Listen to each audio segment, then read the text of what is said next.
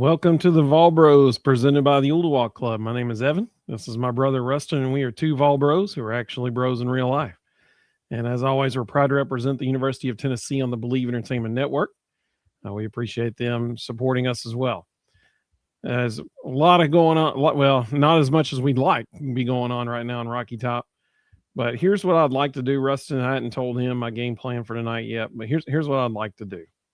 I'd like to start with men's basketball. My thoughts on that are going to be brief and to the point. Then, because I think it's easy to talk about that one. Then the women's basketball game today.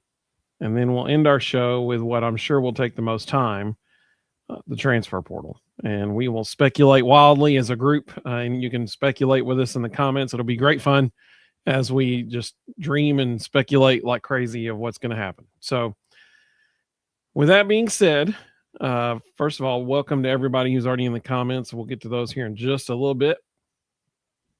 Ruston, what did you think about the men's basketball game yesterday? Well, first of all, you can't miss 11 free throws on the road in the SEC. That's just a given. I was a little disappointed with the player rotations. We tried to play small in a game where they outblocked us 10-2 in block shots. I did not understand that. And I felt like JP Estrella and Jalen Carey could have scored every single possession if we had wanted them to. So I didn't really understand why we decided to go small and stopped just pounding the ball inside to them. This team's MO is going to have to be that they're going to play inside out. The biggest head scratcher of all was like with a minute left, we threw the ball inside finally to Felix, who is not a back to the basket post player. So I think they're going to look back at this and go, what in the world were we doing with our rotations? I don't think they're going to be happy with how they handled that. The other thing I'd say is Ethan Berg has to decide he wants to be a scorer. He passes up too many good looks. He looks confused. I think they're probably telling him, he's coming from the Israeli league. They play a different style of basketball there. They're probably telling him to look for the perfect shot and not to take good ones. And he's not sure what that is. He passed up at least, I can remember 3 little floaters in the lane that he absolutely should have taken. So that'll come. He'll figure out his role. They'll watch it on film. He'll go, you never see it as well in live action as you do when you watch it back. He'll probably be very upset with himself when he sees the shots that he passed up. They'll be fine. Arkansas is going to be a very good team. They're going to be probably a Sweet 16 team. Great guard play, physical post players who can rim protect. They'll be a good team. We should have won. You clean up the things, you clean up the mistakes you make in the first half, hit free throws, and you win by 10. So luckily we get to, rebound against Texas, who right now internally is absolutely struggling. Texas basketball has some pretty significant problems. Sean Miller yesterday was even throwing his players under the bus in a press conference. So, we're catching them at a very good time at home. It should be a good opportunity. Do what? Has anybody fallen on a helmet over there yet? No, but he basically likened them to small children running into traffic. Nice. Which is never something you want to hear your head coach saying about college kids. So, I shouldn't say sort of likened. He did. At one point he said they were like small children who run into traffic, even though you tell them repeatedly, don't run out in the street. So, they've got some significant issues. His press conference yesterday probably isn't going to do a whole lot to solve it. If anything, it probably is going to make it worse. And so we're catching them at a very good time. Yeah, my thoughts about yesterday are pretty simple. You cannot go on the road to a good top 25 team and miss double-digit free throws and have a turnover what seemed like every fourth time you touch the ball. It's really that simple. That was the story of the game. Shout out to Amari Evans for having a heck of a game. Played extremely well. It's fun to see him progress. Nate Ament. I think Nate is realizing that pure athleticism and being tall doesn't get you much in major Division I college basketball like it does in high school. And he is struggling to adapt right now. He'll get there, I think. But his draft stock, I'm sure, is not going the direction that he wants it to right now. So those are my thoughts. And you know what? Kudos to Arkansas. They hit some really big-time contested shots, even threes that they had to double clutch in midair to shoot. I mean, like, when they're doing that and you're not making free throws and you're turning the ball over all the time, like, what do you expect is going to happen? So very simple on that one. Some of the comments, let me see if anybody mentioned anything about and I'll go back to the top here in a little bit. Wow, there's a lot. Let's see. Robert said, are we overpaying Nate? I think so. I don't know, maybe. Let's see. Herb said, Ament needs another year. Probably won't happen, but draft stock is falling. That is true, but I doubt he will be back next year. David said same thing. Ament might need another year. He's a mid to late first round right now, if that, in my opinion. I mean, I wouldn't take him with a first round pick if I were an NBA team. Let's see. Jared said, hey, Jared, welcome, buddy. He said, not sure if Ament is one and done like some people thought he would be. Agreed. Bobby, welcome, buddy. He said, Amari Evans is by far the best player right now.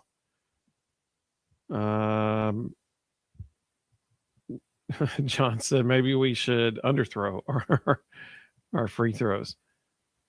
Let's see here. Yeah, a lot of comments there. So David said Amari Evans needs to play more. He's a scorer. Herb said missed layups and missed free throws equals road loss. Yep. Also, when you just chuck the ball, I mean, there were times when they looked like the women's team, the way they weren't taking care of the ball yesterday. Nolan said Amari Evans is going to be a baller for us. Him and Boswell are going to be the new Zakai and Meshack. Yep. I will say Boswell needs to be more of a scoring threat. David said, I thought Berg was a true freshman. He is not. He's actually one of the oldest people on the team. He's been in the Israeli military. So he's just now getting to America. He has 2 years of eligibility left. Rhonda said, as long as we keep improving, doesn't matter how he starts, how he finishes. Yeah, well, we got to get to March and be in a position to be in the tournament. That's the main thing. Let's see. Vols Q2I said, fire Rick Barnes, hire Ruston as head coach. Ruston, will you take $5 million a year to be the head coach of Tennessee? I'll take 500,000. Yeah, what a steal! What a steal! Bargain. Nolan said, Happy New Year, everybody. Absolutely, Happy New Year, everybody. Totally agree. Sam said they have to feed Estrella more. Let's see here. Yeah, like when they're struggling to hit shots and Nate is off, it needs to become the Jalen Carey and a JP Estrella show. Like, it just needs to be pounded inside. Those two guys are going to go score almost every possession. Whenever we didn't throw the ball to the other team and we actually took care of it and passed it inside to Jalen Carey or JP Estrella, we scored. They were scoring at will down there. They didn't have anybody who could bang with Jalen Carey down there. He was dominating, as he always does. But instead, we just kept throwing it to the other team. So there you go. Eric said he'd be the coach for a box of Uncrustables. Now, that's a steal there. That's a good deal. Or the Walmart version, no crust sandwiches, John said if which there's are a ever real thing. John said if there's ever a fight during the game, everybody needs to get near Eton Berg in a scuffle because he was in the IDF. Oh, I guarantee you he has some training that nobody else on that court has. Josh said he didn't expect us to win at Arkansas. They're the best team in the league, and it was on the road. Austin said NBA drafts on potential more than any other league. I'd be willing to bet Ament will go fairly high unless he just totally collapsed for the whole year. Yeah, I mean, I agree. That's how they draft people, but I mean, he's looking like a maybe never gets out of a G League kind of player right now. David said Kerry needs his free throws, so you can't shoot overhand. Rick Barry his free throws are the underhand granny style.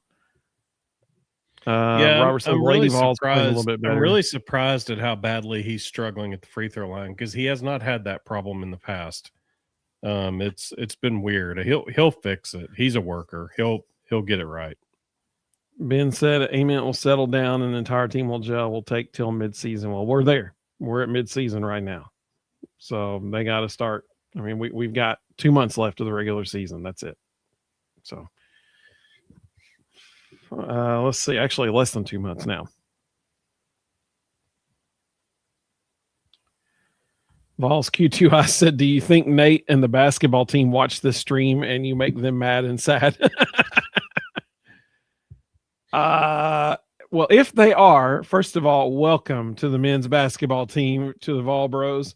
There are 100 people watching across all 3 platforms right now. So if they're all in their team room and they're one of this 102, if one of those 102 is the basketball team streaming on one device on the screen in the front of the room, shout out to you guys. We have been major supporters all year long. But I would say this. Please take care of the basketball, okay? Value the basketball. I would say this to the women's team as well. Please take care of the basketball. Please stop throwing it to the other team and random fans in the front row of the stadium. Please only pass it to your teammates. And when you make passes, don't be lackadaisical about the passes. Like they had 2 or 3 steals yesterday just because we threw little half-hearted passes halfway across the floor. They had no chance of getting there. None. Any team, a Division II basketball team, forget that. John's School for the Blind would have stolen, I mean, those passes. It was ridiculous. I mean, one in particular, which I've been a big fan of Dwayne Brown, but one of the passes was him. He just kind of, caught it at the top of the key and then tried to swing it on over, but he didn't really pass it with authority. He just kind of flipped it over. They stole it. Easy layup on the other end. You have to take care of the ball, bottom line. But if the team's watching, y'all are welcome on our show anytime, okay? Let's see. Tony said, I would foul Kerry every time he's less than 50% from the free throw line. So that's what's interesting, because at the beginning of the year, he was draining them, and his stroke at the line is nice, like his form. So I don't expect what we saw yesterday to continue with him, honestly. David said, Lady Vols won, but 24 turnovers won't get a win against Kentucky, LSU, South Carolina. Yeah, we'll talk about them in a minute. Eric said, kudos, Joey Aguilar, for playing hard all those games, bleeding orange and white all the way. Mina Leggy said, please hit that thumbs up and subscribe. I totally agree. Watch this. You ready for it? I'm gonna do the thing here. Let me find it. Here it is. Check us out. Boom. Oh, I got to get the comment off so you can see it. There it is. Like and subscribe. Oh, yeah. How about that? Animated motion graphics. That's what I'm talking about. Shout out to StreamYard for adding that to our package. That's pretty cool. Let's see here. Ben said the Vandy women's team beat LSU tonight. Tennessee will be tested a lot this season. Vols Q2I said, is Ruston your real brother? Nope. Let's see. He is actually. We are actual real we are 2 Vol bros who are actually bros in real life. We really are. Let's see. All right, so I'm going to go on. We got some football stuff coming in, so I'm going to save those. Robert said, do you guys know why we don't have the option to hype this? That's a great question. So I was trying to hype a video the other day that my wife posted, and it wouldn't let me either. I think YouTube has temporarily disabled that. It was a very short-lived feature released by YouTube because it's not there anymore. All right. Women's team, they won today. You want me to go first on this one? Sure. They won today because they played Auburn. That's why they won. It was not much of what we did. It was the fact that Auburn really, really struggles offensively. That was my takeaway from that game. I mean, they had halfway through the first quarter, or maybe it was like almost the end of the first quarter, they had made 3 field goals the whole game. And it wasn't like we were playing suffocating defense. They just literally, they couldn't hit 2-foot little jumpers and stuff in the middle of the lane. They just couldn't buy a bucket. We still had several turnovers, which wasn't great. David said the Paldo twins both showed up, but Spearman was a no-show. Ruston's been very outspoken in support of Mia Paldo. Maya Paldo had a great game today. Mia made one pass that I was like, that's what you can't do. She was on the left wing, and she tried to, off of a dribble, do a one-handed chest pass across the court to the opposite corner. Had 0 chance of getting there. A girl on the opposite, not even on the opposite wing, almost like the top of the key, defending person at the top of the key, intercepted the pass. You can't make those kinds of passes. You have to take care of the ball. Bottom line. What we saw today, I agree with other people, will not beat the South Carolinas and the Texases and the LSUs of women's basketball. It just won't work. I wish I could say that we won today because our Lady Vols just tore it up. But I don't think that's the case. I think we won because we played a inferior team who was really struggling offensively. And even when we got up by, what was it at halftime? 41-27, something like that. Yeah. Even when we got up, by that margin, we allowed them to come back pretty substantially. And I think at one point it was 49-42. Yeah. And then we just took over from the rest of the way. That's what we've seen repeatedly from this team. We'll jump out and get a lead, and then whoop, it's gone. So those are my thoughts. Kudos to Mia Paldo for hitting some threes. That was nice. I repeatedly will say, if you're going to be the team that takes more threes than any other team in the country, you have to start making some, because you can't be the team that makes them or takes the most and only makes a percentage that's 202nd best in the country. We got to start hitting shots. Bottom line, if we're going to take them, we got to hit them. That's my thoughts about the women's game. You go ahead, Ruston. Yeah, I wasn't. I wasn't as down on it as you were, honestly. We still make a lot of mistakes. We had 25 turnovers. I think you go on the road. Yes, Auburn's not great, but I felt like in the first half, their defensive rotation was actually pretty good. The shots Auburn were getting were not the shots they wanted. And, I felt like we did a decent job, defense rotation. My biggest criticisms are we still don't box out. We give up way too many offensive rebounds because we are just unwilling to go put a body on a body. And it drives me insane. I watched. Kudos to Lauren Hurst. She boxed out today. I watched her do it on one. Lauren Hurst and Mia Paldo are the only 2 players who will consistently block out. Everybody else stands and watches, and it drives me insane. We gave up 4 points on wide open putback layups because we just refused to block out a girl who we could clearly see was coming for the offensive rebound, and we just didn't touch her. Those are the things that will kill you against good teams. The good news is we play Mississippi State next, and Oklahoma beat them by 50 today. 5-0, 50. So, Mississippi State is 14-3, but clearly they're not playing much of a schedule. So, we get to go on the road again to Starkville, but face a team that lost by 50 today. So we could start 3-0 in the conference.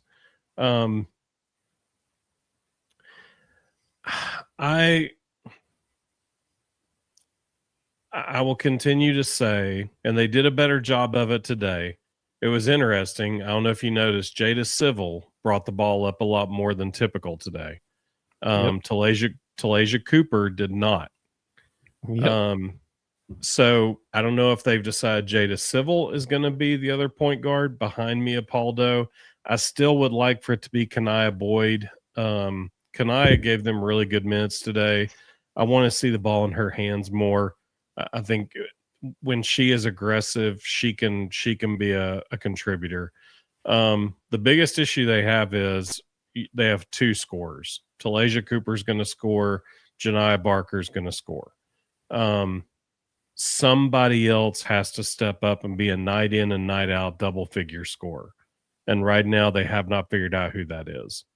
I would like for it to be Z Spearman. That would be wonderful. But like today, she has days where she disappears. She played 17 minutes today. She had 3 points and 5 rebounds. How in the world does she only score 3 points against that team? I think a huge positive from today, Alyssa Latham was out. They played hard. That shows some growth. When I heard Alyssa was out, I was honestly terrified because this group does not have any toughness. And she's it. She is the toughness. And so, when I heard she wasn't playing, I was honestly expecting a road loss. So I was pleasantly surprised to see them step up and play hard in her absence. I like that Jersey Wolfenbarger's minutes very clearly have been given to Lauren Hurst. I think that's a good move. I'd like to see Denia Prall's minutes get back down a little bit and give a little more to Maya Paldo. You never know. By the end of the year, she might be that second point guard. Denia Prall at times is completely out of control, and her basketball IQ might be one of the lowest on the team. She does some things sometimes. She's a physical freak, and when the light bulb comes on, she's going to be really good. But sometimes she makes some decisions that you're just scratching your head going, in what universe did you think that was going to work out? But it'll come with time. She's a freshman. She's learning. I would just like to see them back her minutes down a little bit, give a little more to Maya Paldo, to make sure they're both developing equally and that we're not just looking at body shapes and going, oh, this one's bigger. We need big. Really, we don't need big because we don't box out anybody anyway. So let's just put aggressive and hostile on the court, and let's play violent basketball and see what happens. We need someone who will take care of the ball and not turn it over like it's a middle school game. That's what we need. Yep. Let's see some of the other comments. Let's see. David said Janiah Barker finally helped Cooper. She did a good job of moving without the ball. I'll give her that. She made several cuts to the basket without the ball. And kudos to Paldo and other people. They found her in the middle of the lane, and she was able to convert in the middle of the lane. In Janiah's defense, she is one of the few players who has a pretty decent basketball IQ, and she is always trying to find a shot. And it's usually the right shot. Doesn't always make it, but she's looking for the right things. Vols Q2I said, do you think the Lady Vols will miss the tournament? I don't. I do think they'll make the tournament. but I don't think it's going to be any higher than like probably a 6 or 7 seed, or hopefully not 8, but it's not going to be a top 4 seed in any region, I don't think. Let's see here. Robert said they still aren't playing together. They have to get better. Mia Likey just typed her last video. Thank you very much. I appreciate that. So it's still an option, apparently. David said, Ruston, wait till Kentucky, LSU, South Carolina, or Texas with rebounds and turnovers. Kentucky's been impressive so far. They got one girl that's just, I don't know if I've ever seen a stat like she had today. They had a girl today that had 18 points and 14 assists. That's incredible. Yeah. Even if all of those assists were 2-point buckets, which I'm sure they weren't. I'm sure there were some 3-pointers in there, but let's underestimate and say 2-pointers. 14 assists, that's another 28 points. So she had 18 and assisted with another 28. So she was responsible for 46 points. That's awesome, man. Like, that's incredible. And surely some of them were more than, some were 3-pointers. So over 50 points in reality. That's incredible. If I had to predict it right now, I'd say we're going to finish 16-12, 8-8 in the conference. Be good to win a game or two at the conference tournament, get to 18-12, and that should guarantee us at least a 7 seed. Yeah, that's what I was just about to say. Probably sneak in as a 7 seed in that situation. Eric said, I got to call tonight, everybody. Got to get up super early, see everyone on the next live stream. Thanks, Ruston and Evan. Shake and bake. I appreciate you, Eric. Thank you, buddy. Let's see here. Sanders, welcome. Good to have you. She said, I'm happy I'm seeing they're getting better each game. Small parts. They're still making some of the same mistakes, but they're definitely progressing. Robert said, don't know if this still happens, but they need to get back to practicing against men. Nolan said, I love how we got a lead and kept it. I've hated watching us wither away late in games. Yeah, I mean, that was certainly a positive. As the lead was dwindling there in the beginning of the third quarter, I was like, oh boy. But thankfully they got it together.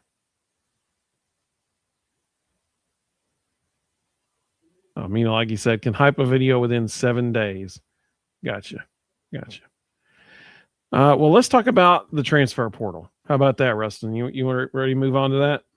Is there something going on there? No, not really, sadly. Okay. So obviously we now know how the Arkansas game is going to end next season. Max Gilbert, just in case you didn't know, Max Gilbert, for anybody watching, he committed to Arkansas tonight, which means that when Tennessee plays Arkansas this fall, Max Gilbert will kick a game-winning 50-yard field goal to beat Tennessee. Not battered Vols syndrome at all, speaking there, but we've already had some questions come in, like Vols Q2I said, do you think Ty Simpson comes to Tennessee? Let's see. Rebel Juice said the same thing. Mina Laggy said, I like our chances with Ty. What's interesting is, that was news that came out yesterday. Ty Simpson is considering entering the transfer portal. So just so everybody knows, Ty Simpson grew up a Tennessee fan. He thought about coming to Tennessee, but we had Jeremy Pruitt at the time, and that didn't work out. But his primary recruiter is back in the building. Jim Chaney. Yeah. Yep. Sanders asked, who is our kicker now? That's a great question. We don't know. I mean, we got a couple backups that are on the team. Our main kickoff, I don't know what you even call the guy, if he's just the guy that does kickoffs and not field goal kicks. He's a kicker, but kickoff specialist. There you go. That's what we'll call him. I mean, that's what they call him. We're gonna definitely find somebody in the portal to kick. I mean, they have to. I'm with Tony here. He said we need a minimum of 20 from the portal. We better get going. All the good ones will be gone soon. That's exactly right. I mean, at least 15 dudes need to be signed from the portal. At least. I wouldn't say all the best are going to be gone. Again, before yesterday, who thought Ty Simpson was an option? Yeah. You just don't know what conversations are happening. You don't know who they're talking to. Marcus Satterwhite entered the portal tonight. Clearly, that means we think we're signing at least 3 offensive linemen in the portal. Well, I hope that's what that means. But I'm not. I don't know. My bad Vols syndrome is flaring up or something. I'm getting jaded because I mean, you're watching all these quarterbacks all across the country. They knew. We said this last time we were live. They knew where they were going. They knew where they were going before this week. Apparently, except Sam Levitt. Hey, I don't want that dude anywhere near Knoxville. That guy is a walking joke, man. So, last week it's like, oh, he's going to Kentucky. Then news comes out that he's going to take a visit to Texas Tech. Then news comes out that, oh, no, he's definitely signing with Kentucky. And then less than 2 hours ago, it says he's going to take a visit to LSU. I mean, that guy is just playing everybody against people. And well, no. I mean, read between the lines. Brendan Sorsby was actively talking to LSU. LSU probably offered him an insane amount of money. That's why he visited Texas Tech, because Texas Tech was like, uh-oh, we thought he was ours. Now all of a sudden he's visiting LSU, which means Sorsby is definitely going to Texas Tech. And he heard how much they offered Sorsby, and he was like, that's more than Kentucky's willing to pay me. So it's just mercenary ball. And again, you don't know who's in the portal without saying they're in the portal. There's a lot of guys out there floating around. And I don't think you can gauge. I see all these people freaking out because one guy goes to one school and one guy goes to another school. You can't gauge what is happening inside those locker rooms and in those conversations with agents. Texas had a wide receiver yesterday announce he was entering the portal, and he flat said he didn't want to go. Texas told him to leave. He played major snaps this year because they need to free up money to go get somebody they want more. The dude literally put in print he did not want to go. So you just don't know who's available. You don't know what conversations are happening.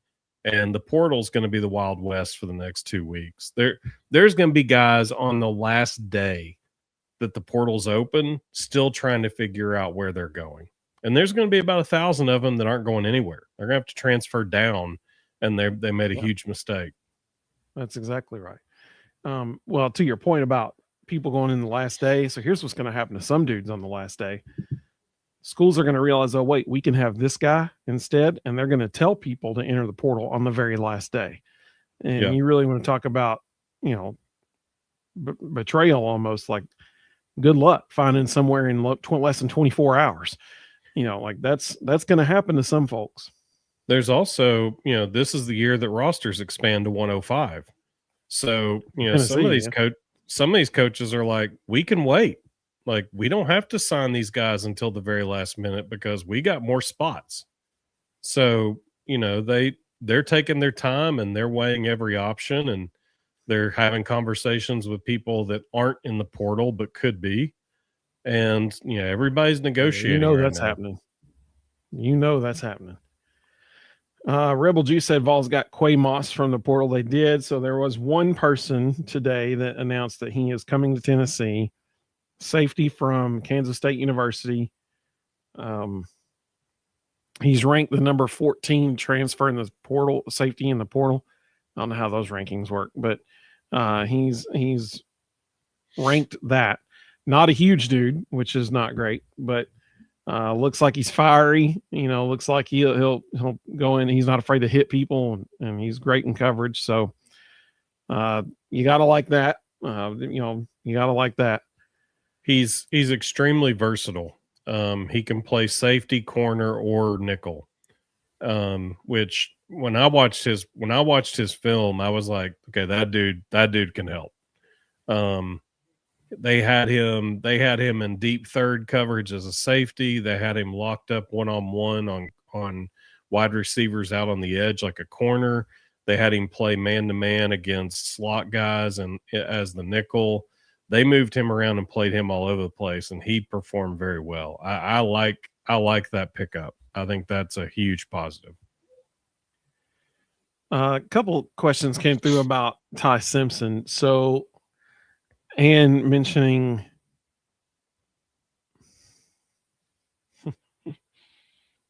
and some questions about quarterbacks. I'm going to combine those into one question. And then, Ruston, after we answer these questions, I have one specific question for you. We're going to talk about McIntyre and all these questions that came through about that. But then my main question is, if you could pick two guys from the portal right now that you could say, yep, I want those two, who would it be? So that'll give you time to think about that. But here's a question from Chris. He said, I'd rather to be honest, I'd rather beef up the defense with the money these quarterbacks are asking. I'd rather George McIntyre and Faison Brandon compete to start and bring in a Gaston Moore type. Okay. We're going to talk about that. Jonathan asked, do you think Ty Simpson would be good here? Ben agrees with Chris Compton. He said, 100% correct. George McIntyre let him play ball, and Faison can ball out and get a third one as a backup. David said, we need urgency because we only have one transfer portal window now. We have to get all the guys to replace their own players. That's exactly correct. There is no spring portal window. This is it. You got a couple weeks, and that's it. Oriel Puppy Dog said, ride or die with GMAC and build the team around him with what we don't spend on a 1 year quarterback. Okay. David said 11 days to figure out about 14 to 16 spots. Kevin said you just have until the 16th to enter and can sign whenever, as long as it's before school starts. Very good point. Mississippi Vols said Quay Moss was an excellent pickup. Let's see here. Richard, this is a good point. Richard said, hey, by the way, Richard, I'm glad you're with us. Hopefully you're in Tennessee, but if you're still in Phoenix, hope you're doing well over there, buddy. Richard said Moss is way better than Boo Carter. Yeah, because he's going to try. Like, that's the main thing there.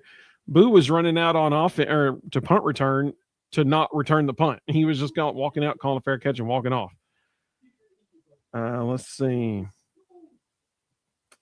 So here's my immediate question because this is a very common thing that is being said on Vol Twitter. Everybody's saying ride with GMAC or Faison. Not everybody, but a lot of people are saying that. And go find somebody in the portal as like a backup. Okay. Who's going to do that? Like who is going to enter the portal going, yeah, I'll go be a backup and never step on the field? Like, if people are going in the portal, it's because they want to go play. It's not because they're like, man, where can I go be a backup? That'd be awesome. You know, like that's not a thing. I don't think that will be a person that they can find. Now, could you do what you did this year and end up on your fifth choice, which Joey Aguilar was the staff's fifth choice, and it just works out really, really well, and he ends up playing way better than you thought he would? Yeah, that could happen. But you have to at least give the guy a legit chance of competing for the job. I mean, you can't just say, hey, come be our backup, because no one's going to do that. And I will say this, you know, Tony said we have to get a starting quarterback from the portal or hope Joey comes back. Here's the thing.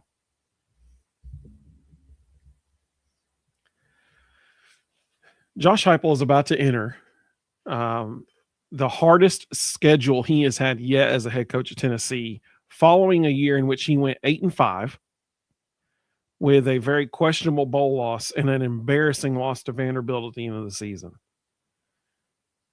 If things don't go well for Josh Heupel this next year, Josh Heupel may not be back in 2027. He knows he has to perform this next year. Now, if you are Josh Heupel, can you afford to risk the toughest schedule you've had on a quarterback who has never a collegiate game ever? Because if that's the case with either McIntyre or Faison, neither one of them have ever started a collegiate game. So if you were Josh Heupel, could you risk your job? I mean, essentially, that's what we're talking about. Could you put your job on the line for a guy who is about to enter an incredibly difficult schedule and has never, ever started a game? Let's be honest. Faison's never taken a college snap, and McIntyre's taken less than 20. So essentially what you're doing is you're saying, all right, I'm going to bank my job on one of these two dudes who's never really taken a college snap before, at least not a meaningful one. And we're going to see if it works out for us. That is a recipe for disaster. I'm just saying. So do we need to spend money on dudes in the portal on defense? 100%. Yes, we do. But you got to have a quarterback, in my opinion. Ruston, what's your take on all that? You're muted there. Have to get a quarterback. If you bring somebody in and George or Faison beats them out, that's gravy. Competition is good. You want that competition. And if one of those two guys beats out the guy you brought in, then you've got a star in the making. If they don't, then you've got a guy that you can trust. So you have to go get a quarterback. Everybody keeps forgetting, like, Anthony Calandria hasn't signed anywhere. That guy's still available, and I've said from day one, I would be very happy with Calandria. I think he's a really good fit. I think he is smart. I think he throws a good ball. I think he's a good decision maker, and I know he's been well coached. So, if Ty Simpson decides to go pro, I think it's a little interesting that Calandria has not been rumored to be going anywhere, and he isn't making any decisions. So, he kind of kicked the tires on Florida State a little bit, but now apparently Florida State is getting a visit from DJ Lagway, which is the ultimate in weirdness. For real. So, I think Calandria has probably been told by Tennessee, hey, give us a few days, let us sort this out. And if Ty Simpson goes pro, Calandria is going to be our guy. If Ty does not go pro, then Ty Simpson's probably going to be our guy. Like Rebel Juice comment, he said Ty Simpson's going to pull a shocker and play for his dad at UT Martin. Killer Dude 35 said, take as many of those Penn State portal guys as possible. Defense was not their problem, and more importantly, they already know Noel's system. Absolutely. There's a reason they're all entering the portal. Absolutely. At least 4 or 5 of them have entered in the last 24 hours. I mean, like, it's their leading tackler, who was their best their leading tackler, who was their best linebacker, entered this morning and already has a visit scheduled. Clearly that guy's coming. Yep. David said, I wonder if Joey's lawsuit is affecting quarterbacks wanting to come to Tennessee. That's a fair question, and there's no way to know the answer. That is a legitimately fair question. I don't think there's anyone in that football office that expects Joey Aguilar to be back. I agree. Yeah, I agree. Chris makes a good point here. He says, my thing is, if you get the 1-year starter, then you're doing the same thing next year because the highly rated guys on your campus still have no experience. It's very true. However, this season, you're going to have a first year and a second year dude. The second year dude is essentially he's going to be redshirt freshman, but he would be only in his second year in the program. If you bring in a guy for 1 year and then you turn the reins over to your 2 5-stars, first of all, the second year guy this year will be the backup, and he will get way more snaps this year than he would have, than he did this past season. So that second year dude, the following year, when you turn the reins over to them after having a quarterback for 1 year, that second year dude is now a third year dude. The backup is now a second year guy. And even more importantly, that third year guy who's now the starter has been a backup for 1 season with those snaps. I think that's a whole different ballgame. I would also point out that the 3 of the 4 teams in the college football semifinals have one and done quarterbacks. So, yeah. Well, I mean, look at Ty Simpson. Dude waited his turn. And this year he was in Heisman discussion races, for a while. He waited his turn. He didn't start for 4 years. So, or 3 at least. So, I mean, there is something to be said for having a third, fourth year guy being your. I keep going back to Mac Jones at Alabama. Dude didn't start for 2 or 3 years. Finally, he started for 2 years as his 4th and 5th years there. Ended up top draft choice. So it helps if they can wait. It just does. But I mean, that's a fair point. And he said later, I think Heupel has more grace. And this is probably a fair point. He said, I don't know though. He said, I think Heupel has more grace starting a young QB than going 6 or 7 wins with a portal guy. That'll get him canned. I think if Heupel goes 6 or 7 wins with either one of them, exactly, he's done. Yep. You gotta create competition. You gotta bring somebody in that you trust, who you think can go win the job. And then you look at the other 2 guys and say, go beat him out. Prove me wrong. And they need to rise to the occasion. If they don't, you got your answer. But people act like this is, developmental you. It's not. I mean, even Nick Saban, when he was killing it at Alabama, he used to talk all the time about it's all competition. Best player is going to play, win the job. So now you just throw the portal on top of that and you go, I'm going to go find the best players I can get, and then you got to win the job. Yep. Let's see. Killer Dude 35 said, do you realize the last time a head coach was replacing both the strength coach and a defensive coordinator in the same year was Dooley before his last season? That's interesting. Chad said, I've kind of lost faith in Heupel. His coaching style on the field has cost him games. He doesn't seem to be changing or getting better. So in my opinion, Heupel is gone next year. I mean, if he goes 6 or 7 wins, he's done. I mean, that's the bottom line. Because I mean, think about it like this. People were already saying this year, it's year 5. Why is this the product in year 5? People are, I mean, the grace period's over. Like, he has to win right now. If he doesn't, he's done. Like, that's the bottom line. Let's see. Real Puppy Dog said all positions should be a competition. 100% agree, buddy. 100% agree.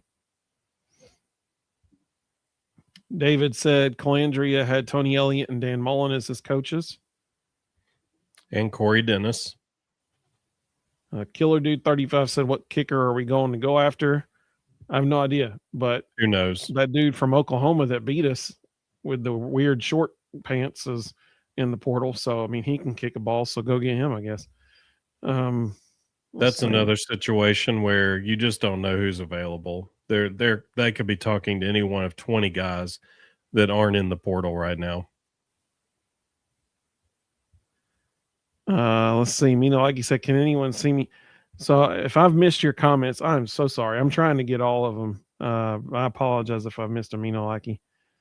David said, are we recruiting Graham Simpson for 2027? I hope we are. Dude just threw for 500 something yards in a state championship game. And that was pretty, as a sophomore. So he should be, let's see, 26. He should be class of 2028, I believe. He is. Yeah. I will say, we have not offered him. And right now he's ranked the number like 88 or 89 quarterback in America. He's the kind of guy they're probably going to want to get him on campus this summer and have him in camp so they can see him live. Because I don't know. I'm not sold on that one.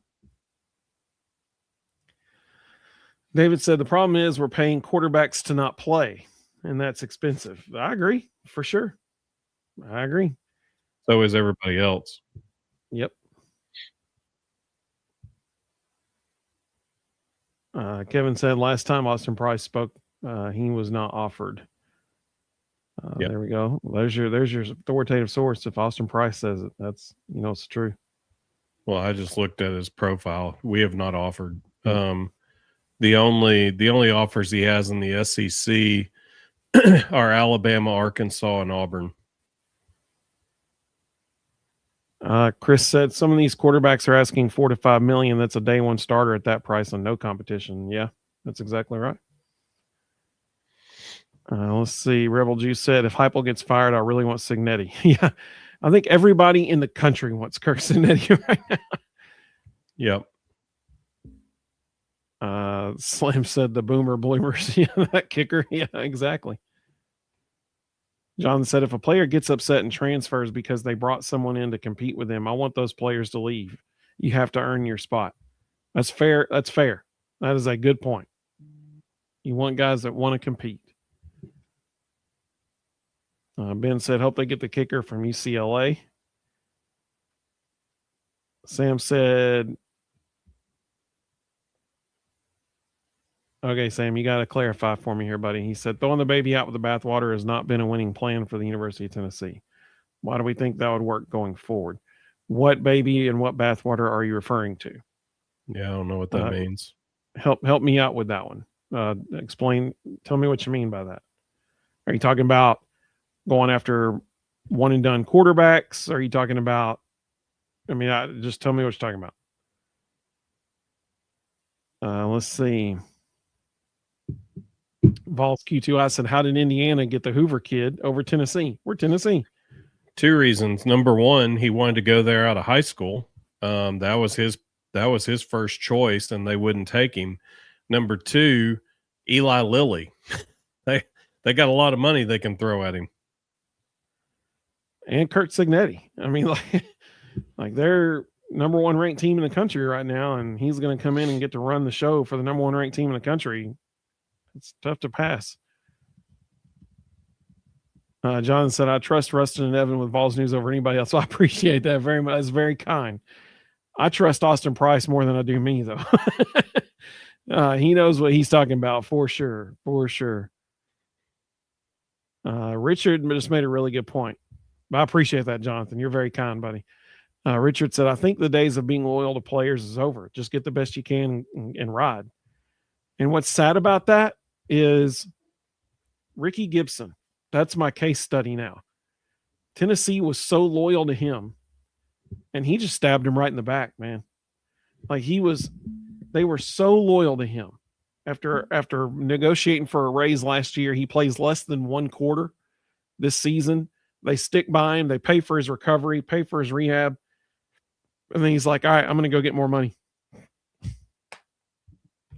Unbelievable. No loyalty at all anymore. Sam said he's talking about throwing the baby out with the bathwater, be firing Heupel. Okay, no, all right, let's talk about this for just a second here. In year 6 of his tenure, if he were to only win 6 or 7 games, that would mean that from 2022, he won 10 games. 2023, 9 games. Or no, I'm sorry. 2022 was 11. 2023, I'm getting my years mixed up now. There's been a downward progression is my point here. This year was 8. Last year was 9. The year before that was either 9 or 10. I can't remember. 2022 was 11. So the chart, I'll go this way so it's with y'all. The chart of amount of wins is going like this. It's getting lower and lower and lower. It is not an upward trajectory. While the amount spent is going higher and higher and higher. Exactly. The results on the field are not correlating to the dollars invested. The return on investment has not been there. So at some point, you got to say, we got to make a change. Chris, I'm with you, buddy. He said, love to have a kicker, but I'd rather get back to scoring touchdowns and not worry about 51-yard field goals. Let's see. Chad said, the really good players are going to winning teams or proven coaches. Tri-Cities Vols said, can you guys imagine someone like Coach Majors in the portal era? No more grace periods. He would have been fired a long time ago. Crazy days we live in. That's fair. Ben said, we need to play these freshmen and either you make it or next man up. Seems they were not giving them the true shot. Hope new coaches on defense let them rock and roll. I think we're about to have a whole brand new defense next year with all the dudes that are visiting. Ben said Gibson was a big disappointment after holding us hostage last year. 100% agree, man. Vols Q2I said, what if Heupel goes 5-7 in 2026? Is he fired immediately? Yes. I do not see any scenario in which he survives that. Do you agree with that, Ruston? Yep. And Sam just hit the point, the nail on the head here. He said 9 SEC conference games equals less wins. Totally correct. You are totally correct. Well, I think if he goes 7-5, he's probably having a conversation with Danny White where they're saying you have to relinquish play calling. You've got to give offensive coordinator more responsibility and you become a game manager. I could also see them firing him at 7-5. It's again, the trajectory is going down while the expense goes up, and that's never a good thing. Little Rock Vols said, do you think Heupel brought in Knowles as a PR move to call fans, or is he truly interested in winning more games? I think he's truly interested in winning more games because he's going to get fired if he does. Yeah. I think he wants to keep his job. Yeah. Let's see. Oreo Puppy Dog said Nico's dad entered the portal today. Chad said this year is make or break for Heupel. If he can't bring in the talent to win 10 games, he'll be gone based on poor recruiting and not winning. In my opinion, he peaked in the Hooker era. Let's see. I mean, like he said, she hates that we're even discussing having to fire Heupel, but she said changes do need to be made, though, and I totally agree.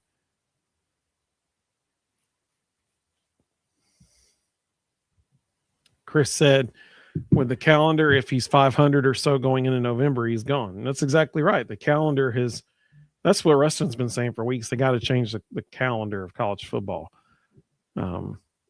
It's destroying programs. Richard said if this is Heupel's last ride, and he knows it if there's not improvement. He's exactly right. Oreo Puppy Dog said Golish, after he left, we started a spiral. Killer Dude 35 said you cannot retain a coach who goes 5-7 in year 6. The sample size is large enough to know he is who he is at that point. Signetti's in the semifinals at year 2 at Indiana. Yep, absolutely. Well, Ruston, my final question. I just read Chad's comment. So Chad said, I'd fire Heupel just based off of stupid press interviews. He said the same crap for 6 years straight. That's very true, actually. He is very good at saying the same lines over and over and over. You're exactly right. Little Rock Vol said, do you think it's just a coincidence that the remaining college football playoff teams are all led by coaches from the Saban tree? I do not think that's a coincidence.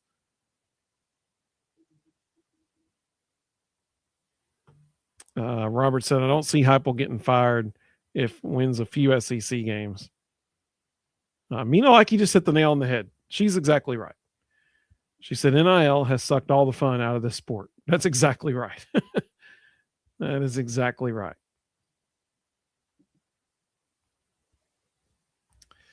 All right. Well, Ruston, you get 2 people.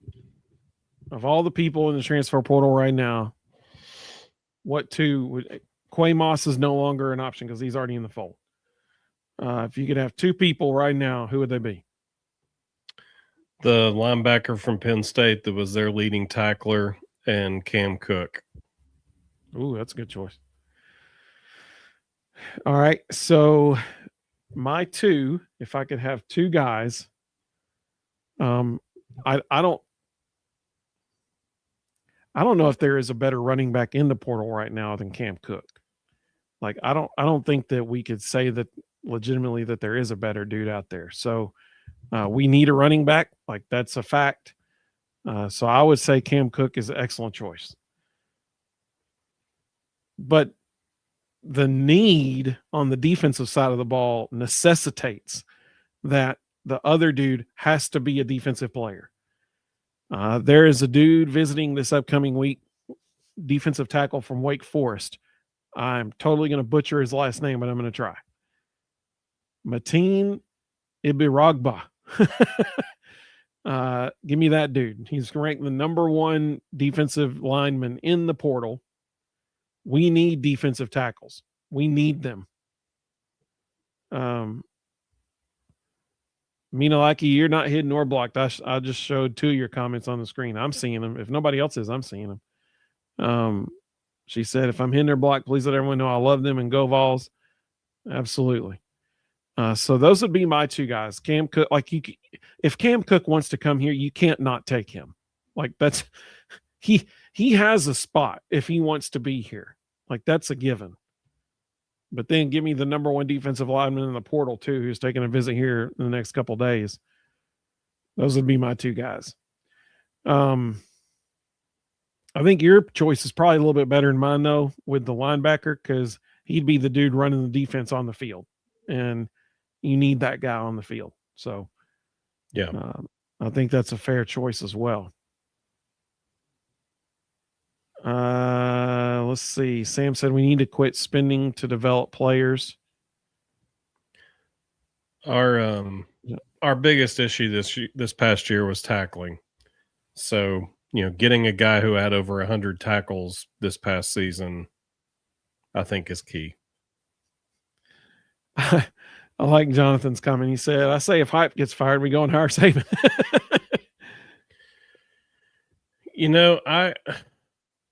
I was watching, or I was listening to Theo Vaughn today. I was going back through some stuff I had missed, and I totally missed that he interviewed Lane Kiffin. And so I was listening to that whole interview, and it was interesting. Lane said he didn't think Coach Saban's done. He thinks Coach Saban's going to get the itch and come back. He talks to Coach Saban all the time. So who knows? Yep. David said Todd Benefield and AJ Harris. Now, these are two good choices. Todd Benefield is a safety from Boise State. AJ Harris is a corner from Penn State. So both would be secondary guys. That's two good choices, David. Eric said Chaz Coleman and Sam Levitt. So here's my take on that.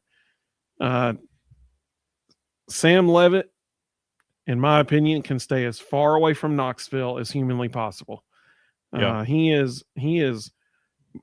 If people were upset at how Boo Carter handled himself in the offseason last year and how he tried to shop himself around, Sam Levitt looked at Boo Carter and said, watch this.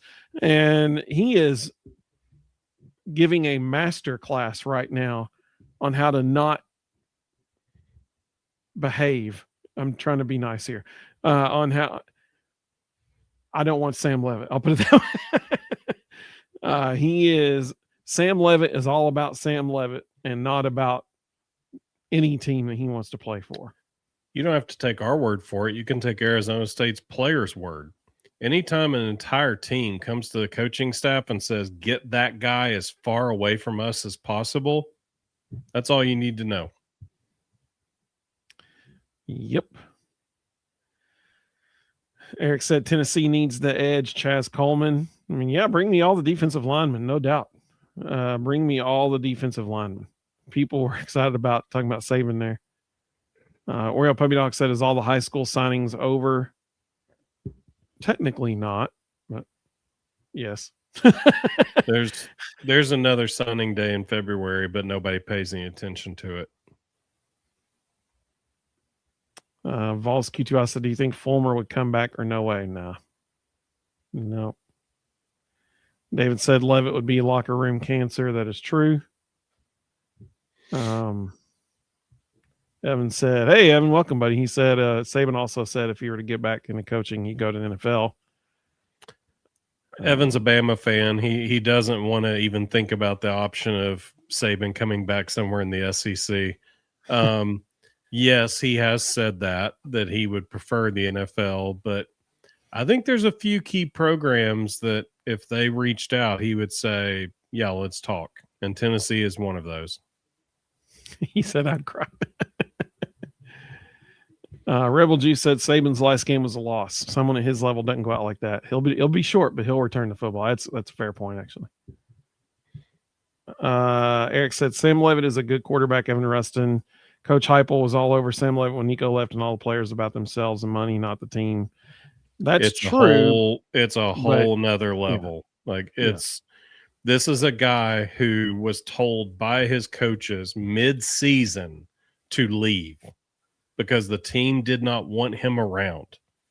It's totally different. So to your point, he was voted a captain preseason to Arizona State's team. At their team banquet at the end of the year, his teammates did not want him at the team banquet. They didn't want him recognized as a player on their team. And he was a captain of their team. Don't get that guy anywhere near Knoxville. Matt, welcome, buddy. Good to have you with us. Rebel Jew said Saban and Knowles will bring Natties to Tennessee. So what's Signetti Knowles just saying? Well, we appreciate everybody for joining us. This has been a lot of fun. I would fully expect before Thursday when we're live again, I would fully expect many more. A lot of movement. Oh, yeah. In and out, honestly. So there'll be a lot of stuff happening. But we appreciate everybody joining us. 207 people watching across all three platforms. So we appreciate y'all very much. Looking forward to Thursday night. We'll have a ton of stuff to talk about again. More portal news, I'm sure. So I hope everybody has a great, great evening. Go Vols, baby. And we will see all of you very, very soon.